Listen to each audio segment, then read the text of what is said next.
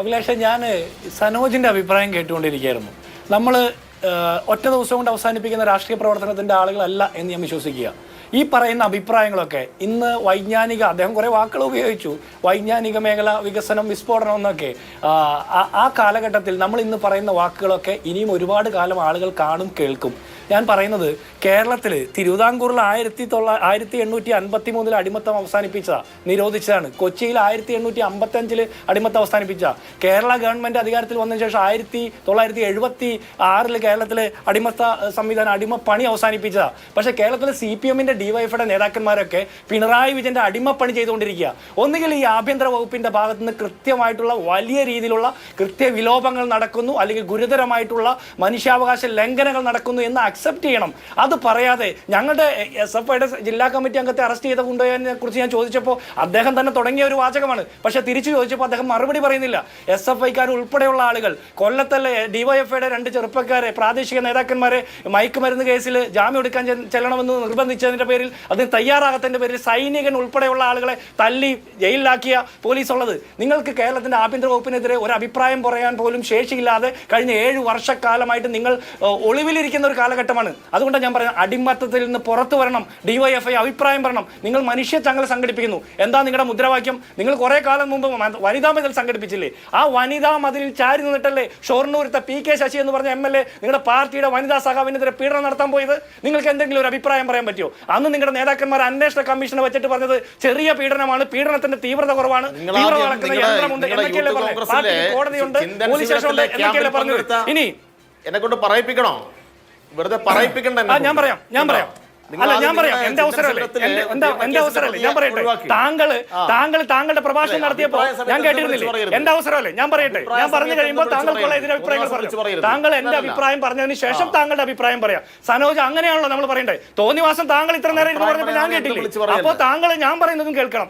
അതല്ല ഇതിന്റെ ഒരു മര്യാദ.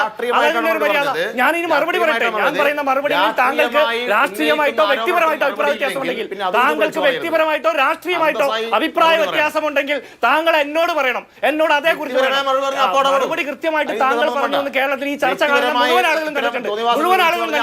സനോജ വിഷമിക്കില്ലേ?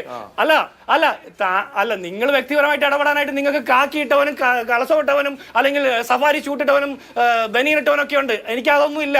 ഞാൻ ഒറ്റയ്ക്കേ ഉള്ളൂ. എന്റെ പ്രസ്ഥാനം മാത്രമേ എന്റെ കൂടെ ഉള്ളൂ. എന്നെ നിങ്ങൾക്ക് എങ്ങനെ വേണമെങ്കിലും നേരിടാം. പക്ഷേ അഭിപ്രായം പറയുമ്പോൾ എന്റെ അഭിപ്രായം കേട്ടിരിക്കാനുള്ള ജനാധിപത്യ മര്യാദ ആദ്യം കാണിക്കണം. ഇതാണല്ലോ നമ്മൾ മോദിക്കെതിരെ പറയുന്നത്. അപ്പോൾ നമ്മൾ ഒന്നിച്ച് മോദിക്കെതിരെ പറയുന്ന അതേ കാര്യം എന്റെ കാര്യത്തിലും നിങ്ങൾ സമ്മതിച്ചു തരണം. ഞാൻ ഇനി പറഞ്ഞു പൂർത്തിയാക്കട്ടെ. നിങ്ങൾ കേരളയിൽ വിരുദ്ധ സമരം എന്ന് പറഞ്ഞ് യൂത്ത് കോൺഗ്രസിനെ അധിക്ഷേപിച്ചില്ലേ?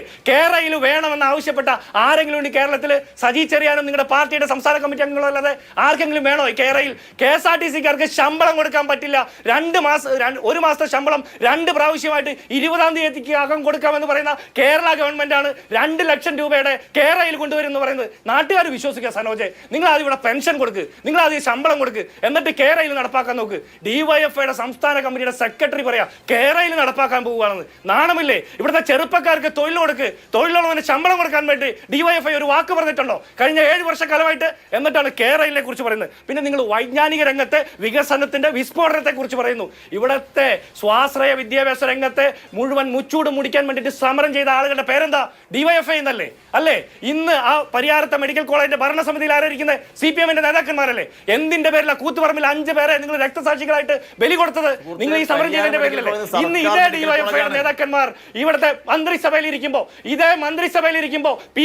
പി രാജീവിനെ പോലുള്ള ആളുകളൊക്കെ മന്ത്രിസഭയിൽ ഇരിക്കുമ്പോഴാണ് നിങ്ങൾ സ്വകാര്യ കോളേജുകൾ കൊണ്ടുവരുന്നു, സ്വകാര്യ യൂണിവേഴ്സിറ്റികളെ ക്ഷണിക്കുന്നു, അന്തർദേശീയ തലത്തിലുള്ള സ്വകാര്യ യൂണിവേഴ്സിറ്റികളെ കേരളത്തിലേക്ക് ക്ഷണിച്ചു വരുത്തുന്നു എന്ന് പിണറായി വിജയൻ പറയുന്നത്. DYFIക്ക് ഒരു വാക്ക് പറയാനുണ്ടോ? എന്തിന്റെ പേരില TP ശ്രീനിവാസന്റെ കർണക്കുറ്റി അടിച്ചു പൊളിച്ചത് SFIയുടെ നേതാക്കന്മാര്? എന്തിന്റെ പേരില? പറയണ്ടേ മറുപടി? നിങ്ങൾ ആ മനുഷ്യനോട്, ആ മഹാനായ മനുഷ്യനോട് നിങ്ങൾ ഒരു മാപ്പ് പറഞ്ഞിട്ടുണ്ടോ? നിങ്ങൾ വിജ്ഞാന രംഗത്തെ വിസ്ഫോടനത്തെ കുറിച്ച് പറയുന്നു. DYFIക്ക് അർഹതയില്ലാത്ത വാക്കുകൾ ഇനിയെങ്കിലും ചർച്ചയിൽ പറയാൻ പാടില്ല.